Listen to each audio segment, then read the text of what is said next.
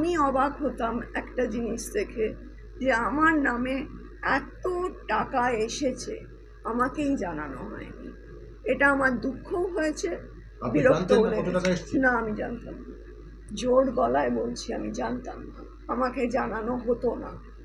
আমার passbook, chequebook সব ওদের কাছে, হাজারবার চাওয়া সত্ত্বেও। দেখুন, আমি একটা ভদ্রবাড়ির সদস্যা, বারবার চাওয়া যায়? তো সেখানে আমি অনেককে বলেছিলাম যে দেখুন, আমায় কিন্তু কেউ অ্যাকাউন্টস দিচ্ছে না। তারপরে কিন্তু আমি চোর সাজবো না। কার কাছে ছিল আপনার পাসবই? অফিসের লোকের কাছেই ছিল। তো সেখানে আমায় কিছুই জানানো হয়নি, এবং কে কি পাবে, কে কি পাবে না, কাকে কি দেওয়া হয়েছে, কাকে কি দেওয়া হয়নি, বা কিভাবে খরচা হয়েছে, আমি কমপ্লিটলি অন্ধকারে আছি। আর যে আমি অনেকবার সবাই